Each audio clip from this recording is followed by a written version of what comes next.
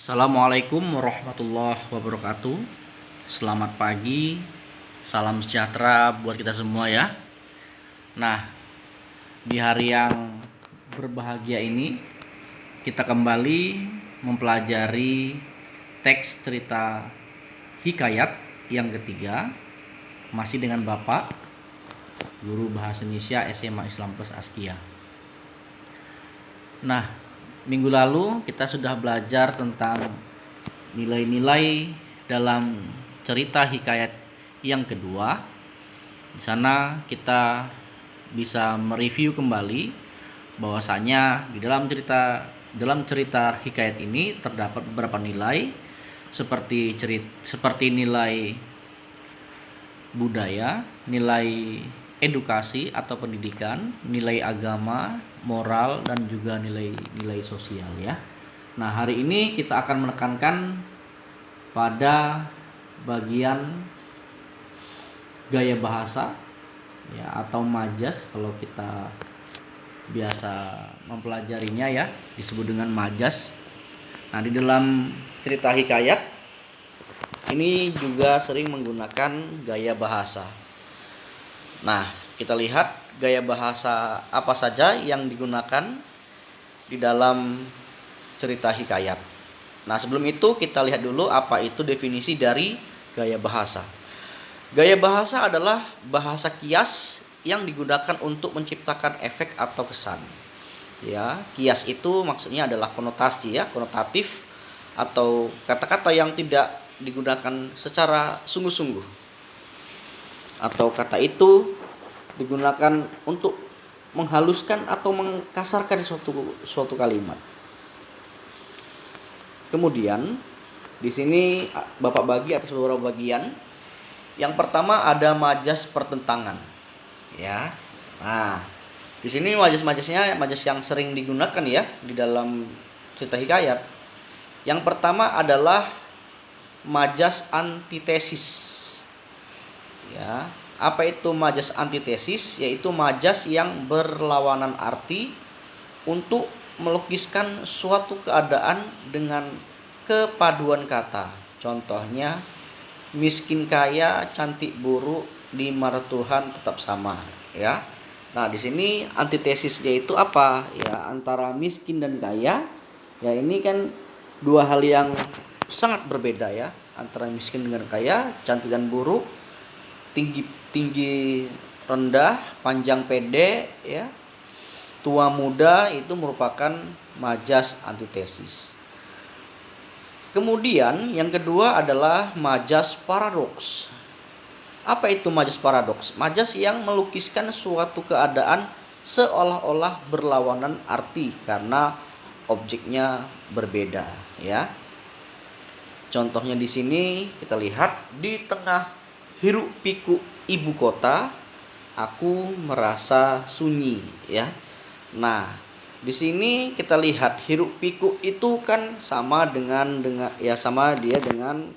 keramaian ya, tetapi si tokoh aku pada kalimat ini merasa sunyi.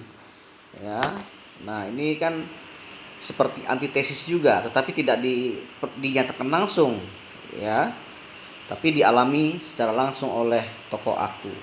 Ya, dia sunyi dalam keramaian ibu kota.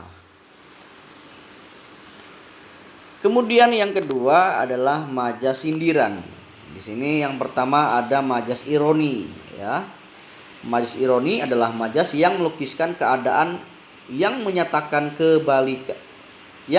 sebaliknya dari kenyataan dengan maksud menyindir, ya. Ini adalah majas sindiran. Contohnya, ini baru anak pinter, setiap malam keluyuran terus, ya. Nah, ironi ini merupakan majas yang kalimat awalnya itu adalah pujian, sementara kalimat yang kedua itu adalah hinaan. Itu ciri khas ironi, ya. Wangi benar badanmu sampai aku mau muntah, ya. Nah, jadi kalimat pertama atau klausal yang pertama itu menyatakan pujian, sedangkan klausal yang kedua itu menyatakan hinaan. Nah, itu majas ironi. Yang kedua adalah majas sarkasme. Ini sindiran juga ini ya. Yaitu majas sindiran yang melukiskan keadaan paling kasar langsung menusuk perasaan ya. Contohnya dasar otak udang. Soal mudah begini tidak ada yang benar ya. Ini merupakan kalimat sindiran yang paling kasar. Nah, kedua gaya bahasa ini sering juga digunakan dalam hikayat Melayu ya. Kemudian yang ketiga yaitu majas perbandingan ya. Oke. Nah, di sini terdiri atas 5 majas. Yang pertama adalah majas personifikasi, yang kedua hiperbola, yang ketiga metafora, yang keempat sinekdok, yang kelima adalah majas asosiasi. Nah, majas ini termasuk majas yang sering digunakan ini. Yang pertama adalah majas personifikasi, yaitu majas yang melukiskan benda-benda mati seakan-akan benda itu hidup ya. Contohnya kuning kemasan sinar mentari seperti malu-malu mengintip di balik awan ya. Nah, jadi dibayangkan ya, kuning keemasan matahari ini seperti manusia yang tingkahnya malu-malu di balik awan. Nah, contoh lain misalnya peluit Pak Polisi menjerit-jerit. Nah, ini contoh personifikasi nih. Jadi seolah-olah peluit itu manusia bisa menjerit ya. Dahan pohon itu melambai-lambai kepadaku ya. Jadi seperti bisa hidup ya. Yang kedua adalah majas hiperbola. Kamu pasti sudah tahu nih majas hiperbola ya, berlebihan. Contohnya ia merasa rindunya telah menghantam kepalanya. Wah, ini berlebihan ini ya, pernyataan berlebihan. Yang ketiga adalah majas metafora. Majas metafora adalah majas yang membandingkan benda dengan melukiskan secara langsung atau dasar sifat yang sama. Contohnya, ia kini menjadi tangan kanan bosnya di perusahaan ternama ya. Nah, tangan kanan dengan orang kepercayaan itu dianggap sama. Ya, misalnya mata-mata, itu metafora itu. Dianggap mata itu sama dengan orang yang bersembunyi-sembunyi ya.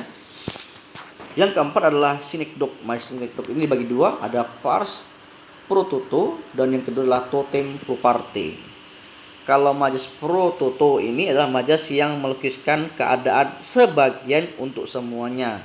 Sementara totem pro parte, majas yang melukiskan keadaan semua tetapi hanya untuk sebahagian. Contohnya kita lihat, sudah lama aku tidak melihat batang hidungnya ya. Nah, batang hidung ini mewakili seluruh tubuhnya, sehingga ini disebut sebagai majas pars pro toto. Yang kedua, akibat ulahnya yang kurang terpuji, akhirnya semua warga menaruh dendam kepadanya ya. Nah, semua warga ini mewakili warga yang lainnya ya. Oke, yang kelima adalah asosiasi atau majas simile. Majas yang melukiskan suatu keadaan lain karena persamaan sifat yang dinyatakan ke atas, depan, dan penghubung seperti layaknya, bagaikan, umpama, ibarat. Nah, jadi majas simile ini ciri khasnya adalah menggunakan kata bagaikan, seperti, bagaikan, layaknya, dan ibarat. Contohnya, semangatnya keras bagaikan baja. Dia seperti anak yang hilang induknya ya. Itu adalah majas simile.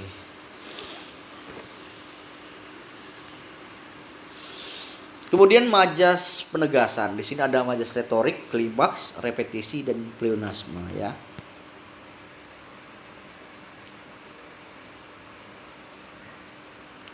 Majas retorik adalah majas yang melukiskan keadaan dengan menggunakan kata-kata yang tidak memerlukan jawaban. Contohnya, siapa bilang hidup di kota besar itu berjalan masa depan? Nah, ini kalimatnya tidak perlu dijawab ya.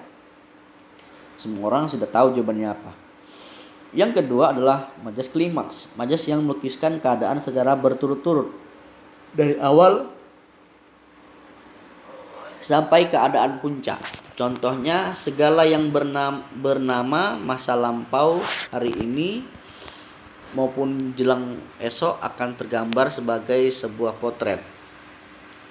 Ya, maksudnya klimaks ini dari yang paling rendah sampai yang paling tinggi ya, seperti itu dia. Misalnya dari mulai siswa, guru-guru, kepala sekolah, bupati, ya, wali kota, gubernur sampai presiden sudah mengetahui peristiwa COVID-19 ya. Nah, itu dia.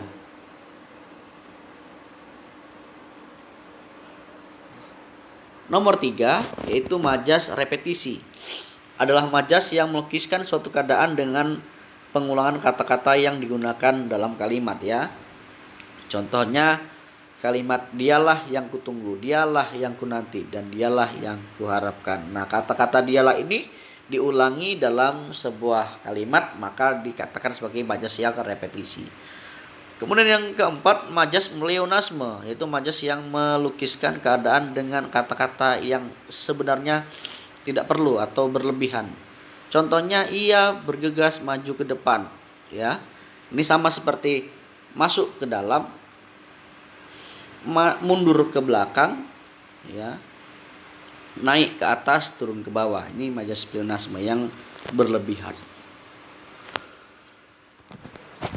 Baiklah, terima kasih. Itu saja yang dapat Bapak sampaikan. Singkat, padat, jelas. Nanti kamu kerjakan kuisnya harus dengan sangat baik ya. Assalamualaikum warahmatullahi wabarakatuh.